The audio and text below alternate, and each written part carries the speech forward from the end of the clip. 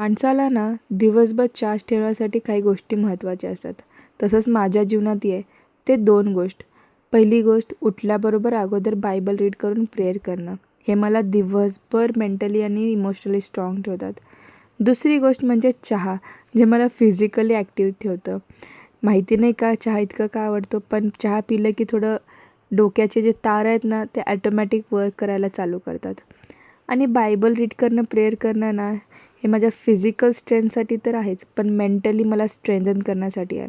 कारण खूपदा आपल्याला असं वाटतं की मी इतकी स्ट्राँग आहे किंवा माझ्याकडे इतकं टॅलेंट आहे की मी सगळे गोष्टी हँडल करू शकते. पण काही वेळेस असं होतं की आपण इमोशनली खूप ड्रेन्ड आउट होतो, मेंटली खूप डिस्टर्ब होतो. कधी-कधी असं वाटतं की आपण डिप्रेशनमध्ये वगैरे जातो का? बट अशा वेळेलाच स्पिरिच्युअल लाईफ जे असतं ते आपल्याला हेल्प करतं ओव्हरकम करण्यासाठी. ते आपल्याला लक्षात आणून देतं की God's hand is upon you.